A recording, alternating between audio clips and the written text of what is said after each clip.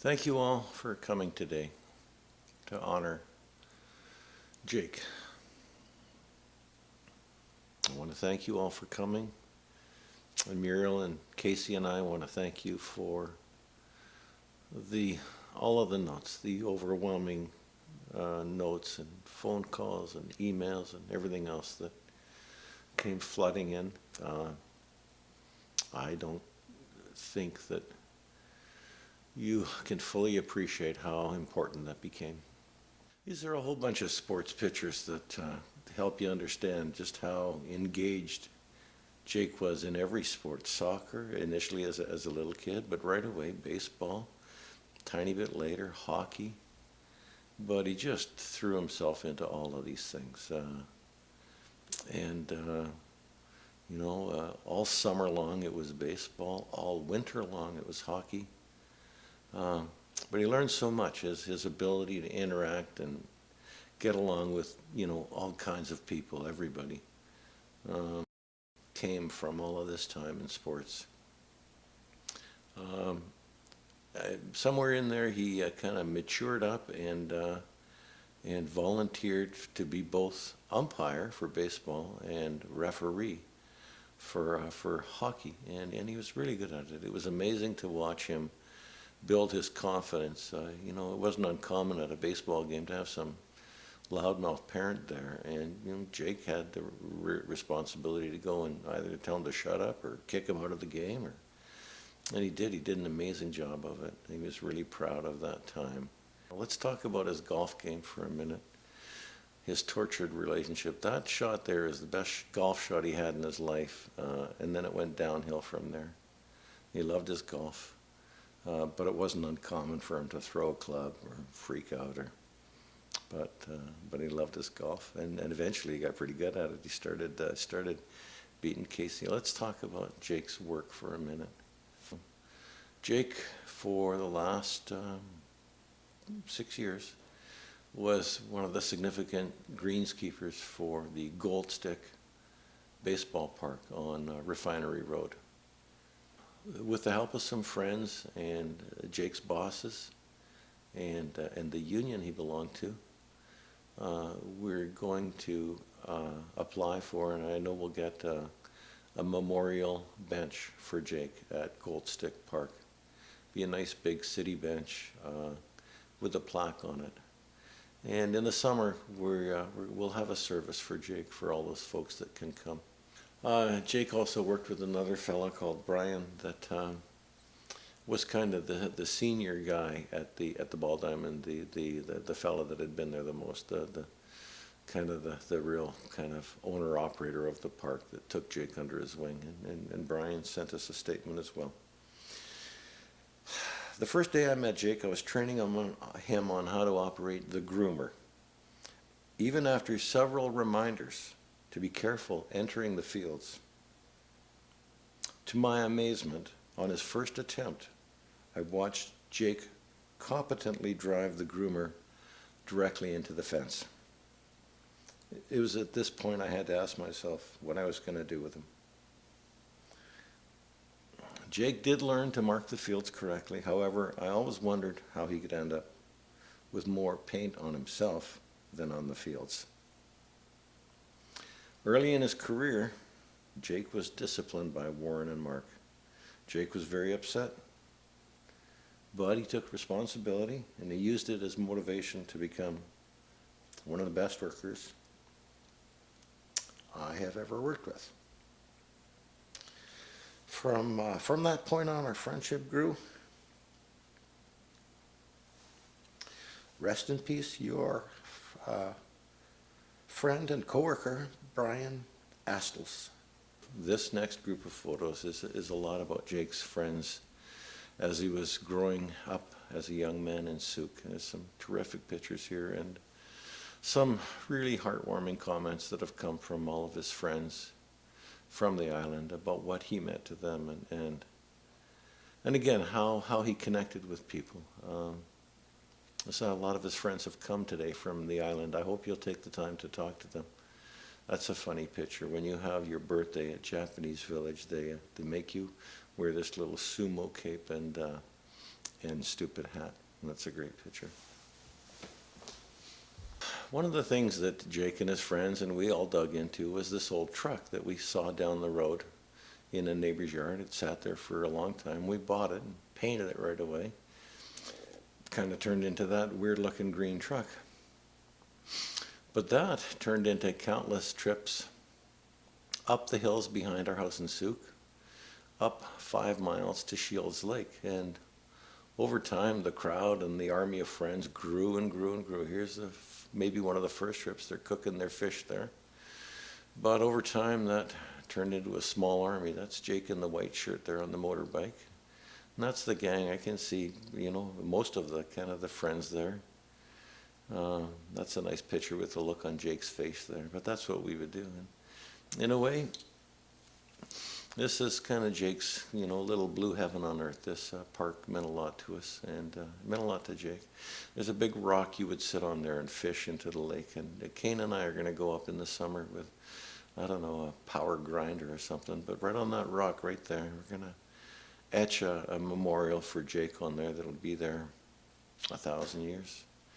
There's us and Casey fishing on the North Saskatchewan River. And I can tell all of you that it's a complete waste of time. They tell me there's fish in there, but I've never met anybody that caught one.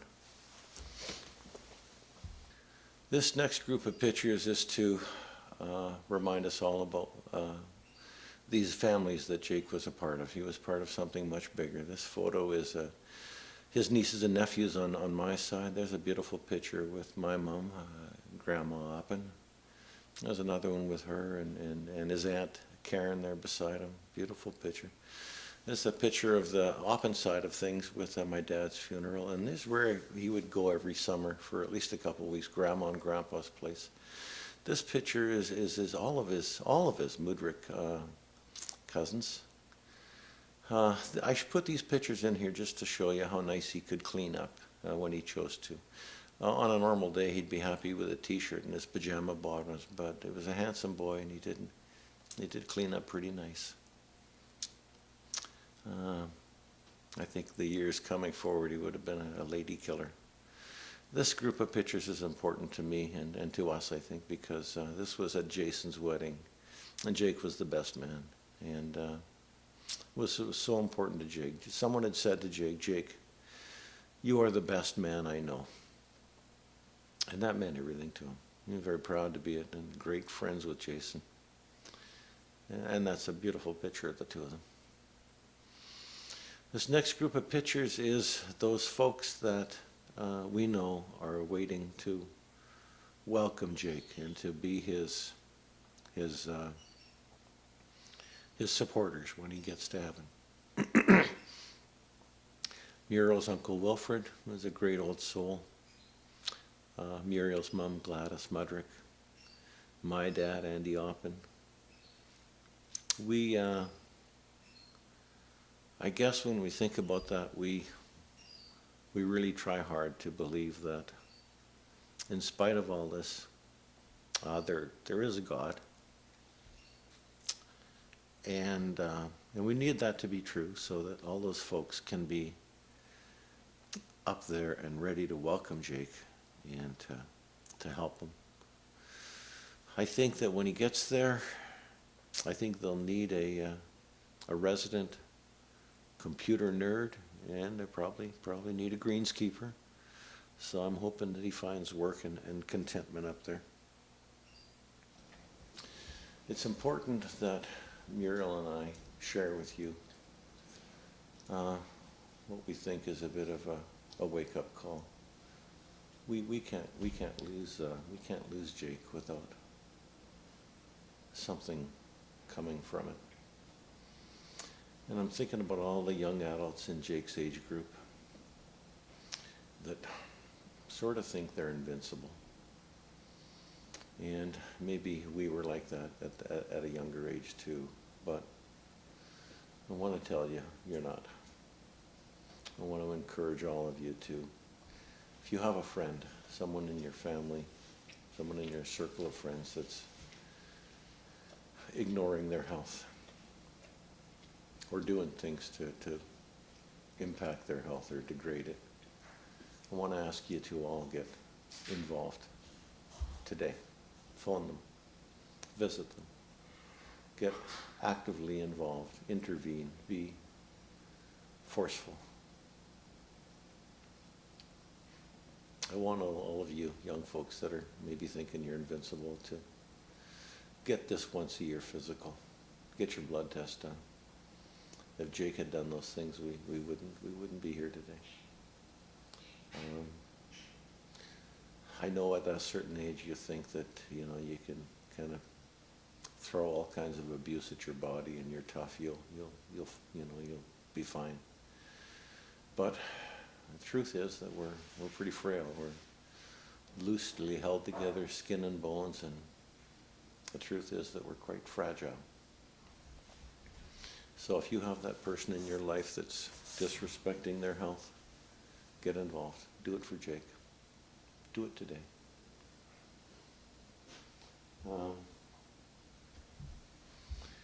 I would like to end my part of this service with a song.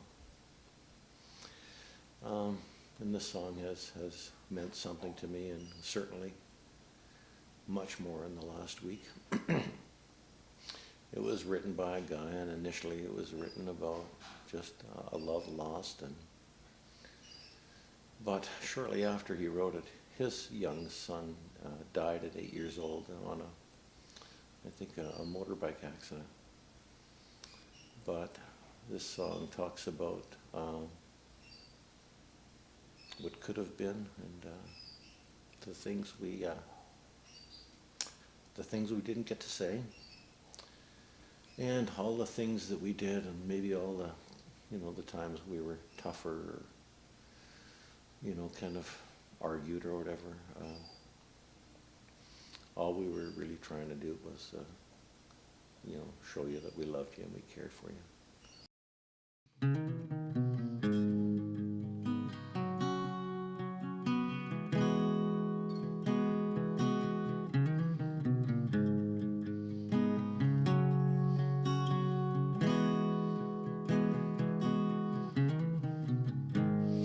I can take the rain on the roof of this empty house.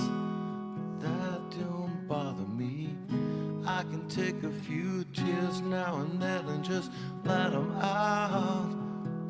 I'm not afraid to cry every once in a while, even though going on with you gone still upsets me. There are days now and then I pretend I'm okay, but that's not what gets me. What hurts the most was being so close and having so much to say, and watching you walk away and never knowing what could have been, and not seeing that love in you is what I was trying to do.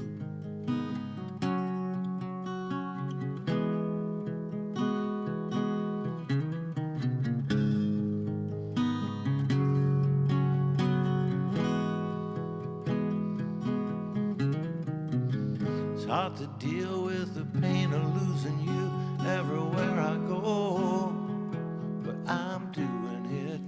It's hard to force that smile when I see your old friends and I'm alone. Still harder getting up, getting dressed, living with this regret. But I know if I could do it over, I would trade, give away all the words that I saved in my heart that I left unspoken. What hurts the most was being so close and having so much to say, and watching you walk away and never knowing what could have been, and not seeing that love in you is what I was trying to do.